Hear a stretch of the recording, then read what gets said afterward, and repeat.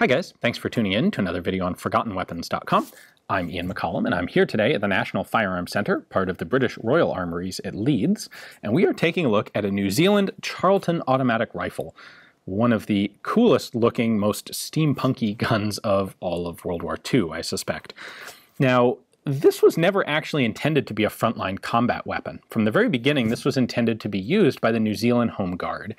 And it's the brainchild of two guys in New Zealand, Philip Charlton, whose name has become attached to the gun, and his buddy Maurice Field. And as is typical in endeavors like this, partnerships like this, you had one guy who was the engineer, gun guy, nerd sort of person, and that was Charlton in this case. And you have the other guy who is the wealthy financier guy who can provide the resources, basically invest in the project to make it all happen. And in this case, that was Maurice Field. Now, originally, what they wanted to do was something to help the New Zealand military equip itself for World War II, which it had just gotten involved in as part of the British Commonwealth. Initially, apparently, they figured maybe they could take Philip's Winchester 1910 in 401 Winchester and convert it to full auto, and maybe that would be a cool military thing, but ultimately decided against it on the grounds that 401 Winchester ammo was not exactly in ready supply, and the Army probably wouldn't be interested in it. So instead, they got a better idea, arguably, and that was to convert an old Lee Enfield or Lee Metford type rifle into a semi-automatic, or perhaps even a full automatic machine gun. This seemed like something they could do. Charlton seemed confident that he could make it happen, and he did.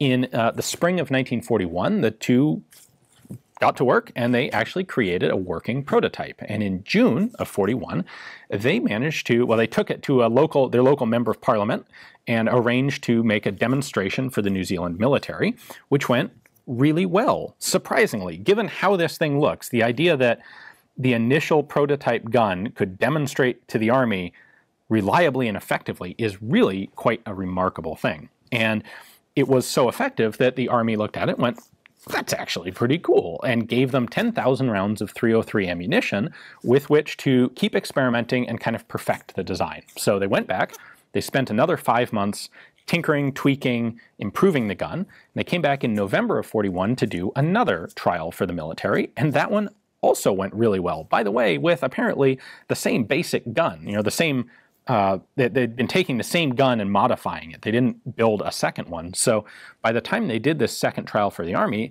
the rifle they were using had more than 10,000 rounds through it, which is, again, really quite impressive.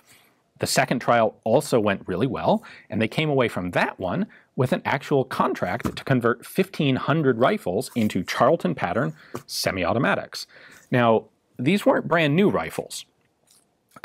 New Zealand had some good SMLEs, number one Mark III rifles, state-of-the-art, sort of, at the time.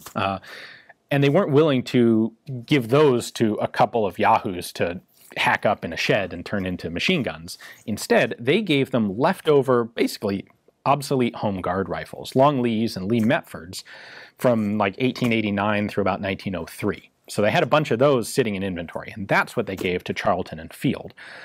So, according to the contract, they had 6 months to make these 1,500 conversions, and that was clearly not going to happen.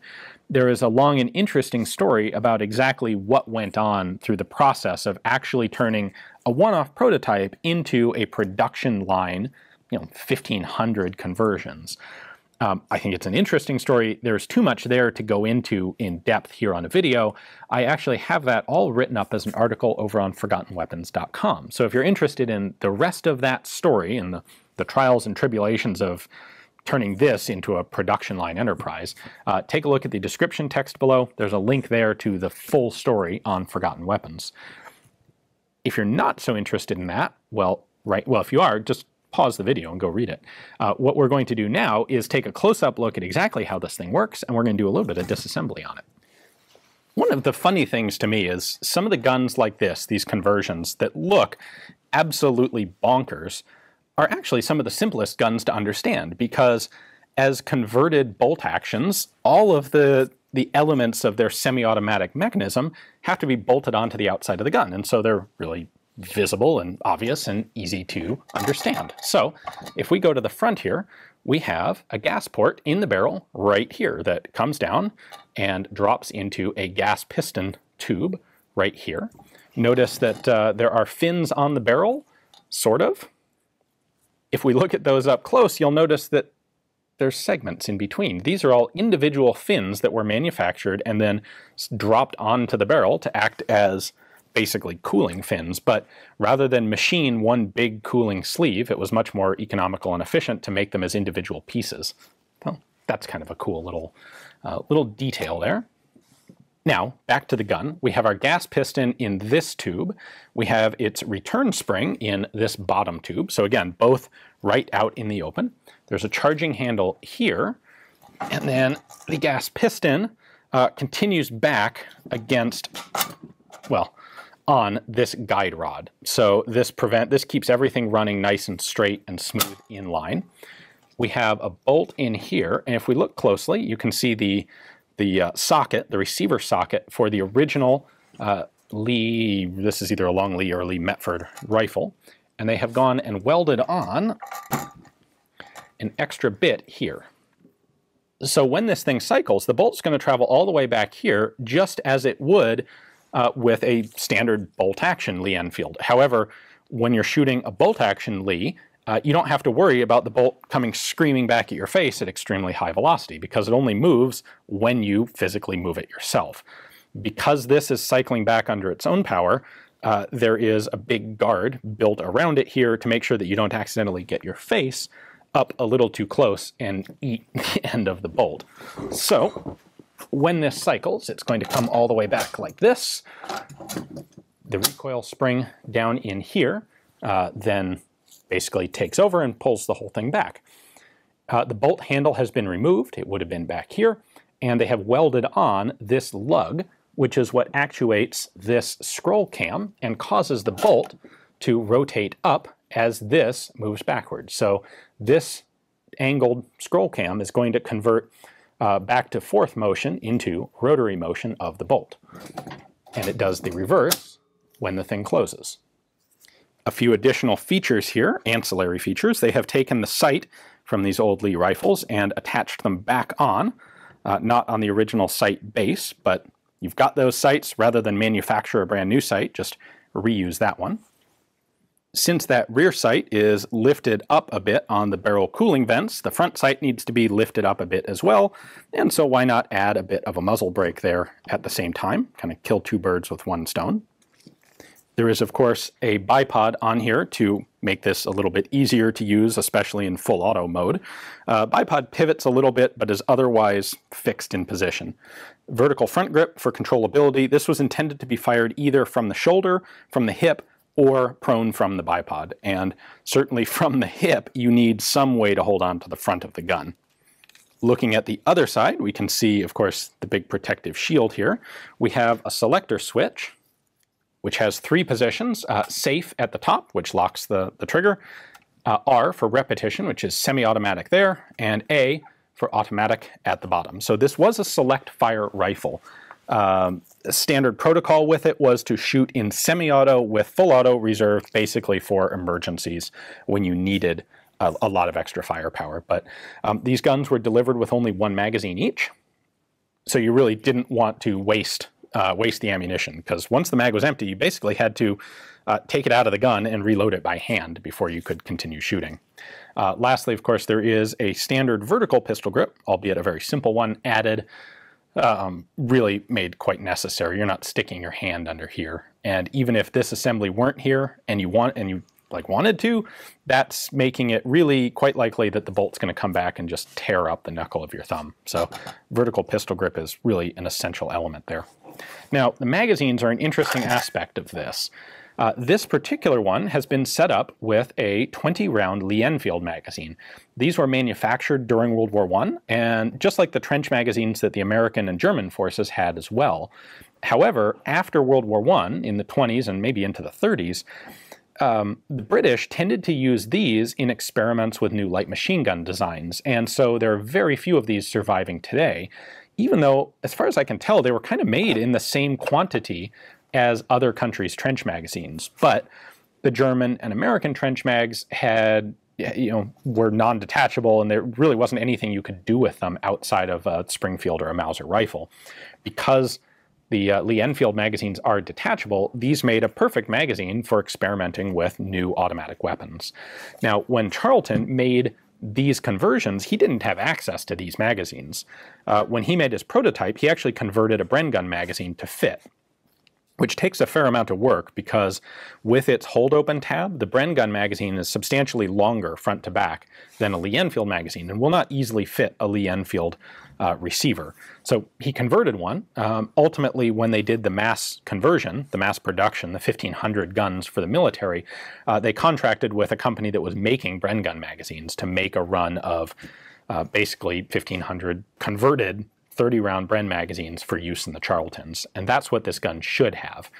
However, because they just converted the magazines and didn't alter the magazine well in the gun, standard Lee Enfield mags will fit. So you could run this with a regular 10-round Lee Enfield mag, or to make it look cooler, if you can find a 20-round Lee Enfield magazine, that will fit as well.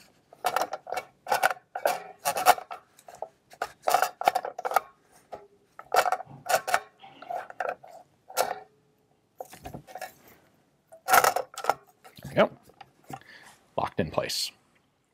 Serial number on this is 2327. The contract was for 1,500 of them. I am going to assume, but I can't prove, that they started the serializing at like 1001 or 1000. So this would put this right at the end of production, but within that 1,500 total. Now I can actually take the bolt out to show you a little bit of the conversion work that was required. So the disassembly process, by the way, I have a complete scan of an original Charlton automatic rifle manual on Forgotten Weapons. That's at the same link as the story of the manufacturer. So if you're interested in that, which has all of the teardown instructions in it, check out the website there. Anyway, if we loosen this screw, we can then rotate this protective plate up. It's a bit stiff, but that pivots up. We do that so that we can actually slide the bolt out the back of the receiver. It's a nice reassurance to have this in place when you're shooting, to know that this will stop the bolt from flying into your face should something fail catastrophically. Now the next step is to take this plate, which pivots away from the gun. And this basically is the control rail for the scroll cam here. So what we're going to do is pull this the rest of the way forward. We're going to pull this back just a little bit, pull this down, and lift the scroll cam up and off. So it's at about that position. Open this up. This is kind of a three-handed affair. There we go. So that lifts this piece up and out of the way. Now we can take the bolt, rotate it into the unlocked position, bring it back here. Now we're going to pop the bolt head up. This is just like an original standard Lee Enfield or Lee Metford, because that's what this gun is down inside. Again, you can see the receiver end socket here, and you can see the weld marks right there where they added on this extra track at the back of the receiver. So this is all original Lee receiver. And you can even see some of the markings on the front of the receiver, although they're generally hidden under this protective side plate. The Royal Armouries have helpfully provided me with a Lee Metford rifle bolt for drill, and this is what would have been originally used for the Charlton conversion. So if we take a look at these two side by side, I believe they just manufactured the cocking piece brand new, because there's a substantial alteration that would have been required. I think it was simpler just to make new ones. This is also a very simple part, nothing complicated about it. The bolt handle here has been lopped off because that's no longer necessary, and this is one place where the Charlton has an advantage over, for example, the Howell conversion, which is the same sort of idea. It's a Lee Enfield converted to semi-auto. On the Howell, what they did was just cut the bolt handle off and have a scroll cam operating down here. And in theory, that's going to put a lot of stress on this bolt handle getting slammed back and forth when the gun cycles. What they did on the Charlton was just ignore the bolt handle, and they actually welded on the camming lug here, as well as welding on this control lug a little farther back. So if we look at the standard bolt, you can see that this long rib is the same rib that we have here. The Charlton has just had 2 extra pieces welded on top of it in addition. So all in all, not that complicated. The bolt head stays completely intact and original and unchanged, which is nice. That certainly helps. The locking lug here, locking lugs, this and this, those remain effectively unchanged. They'd have to do a good heat treat job on this to make sure it went back to its original hardness after they welded on that lug, but that's not a technically difficult thing to do. So there you go, one disassembled Charlton bolt. So looking at this now, hopefully you can see that it looks really weird, kind of like a rifle that's designed inside out, because that's basically what it is. And yet, despite the strange look, the strange appearance, it's actually really easy to explain how this thing works because, well, all the working bits are on the outside. See, I need to have this in semi-auto to allow the bolt to go forward. Reattaching this is a little bit tricky because I need to have that like a little bit up there, and then we'll pull this back, and we want this pulled out. Come on.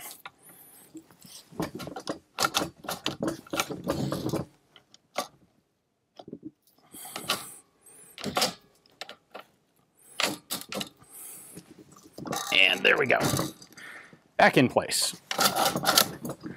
And holy cow, it actually works. So let's go ahead and push that back down, lock it in place. Now that we're in semi-auto mode, pull the trigger, striker drops, gun fires, just like it's supposed to. The whole story of the Charlton is really one of remarkable success, given that this sort of project usually ends very poorly.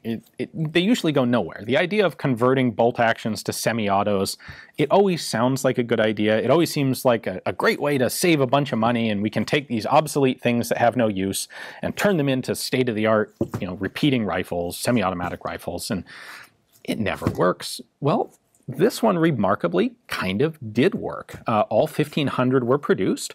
Like I said, there were a lot of trials and tribulations along the way, magazines in particular, but they were all delivered to the New Zealand Army. And in fact, the Australian government expressed some interest in this as well, and the Electrolux company would go ahead and start to get close to putting this into production themselves. That's a subject for another separate video, but these were, as I said, not intended to be frontline combat weapons. These were going to be, and in fact were, distributed to the New Zealand Home Guard. They went to a number, I think it was like 4 different Army depots around the country, basically in case of invasion. Like, should we need it? This means we can take all of our Bren guns and send them out to troops in the field and not worry that the home islands are completely undefended, because in the event that we have some sort of weird surprise attack, well, we've got these. So at the end of the war, they were all consolidated back into one, basically, warehouse because they were no longer necessary after the war was over. And unfortunately, after the war, that warehouse burned down in an accidental fire, and that destroyed almost all of the Charltons in existence. So these are very rare guns to find today. There are a few of them spotted around here and there, mostly, I think, in Australia and New Zealand. But what's really cool is that the Royal Armouries have one here. Presumably, I would suspect the Australians sent them one for evaluation or just to brag, like, hey, look what we did, it's really cool. So they have this one here, and they were generous enough to let me pull it out of the racks and take it apart even and show it to you guys. So a big thanks to the Royal Armouries for that. If you're interested in getting into the facility yourself, it is unfortunately not open to the general public, but it is available by appointment to serious researchers. So if there's something that you are looking into, either for print or for other media, definitely get in touch with them. Their website is also in the description text below. And some great folks, they'll hook you up with an arranged time to come in and study whatever it is you're looking for. Thanks for watching.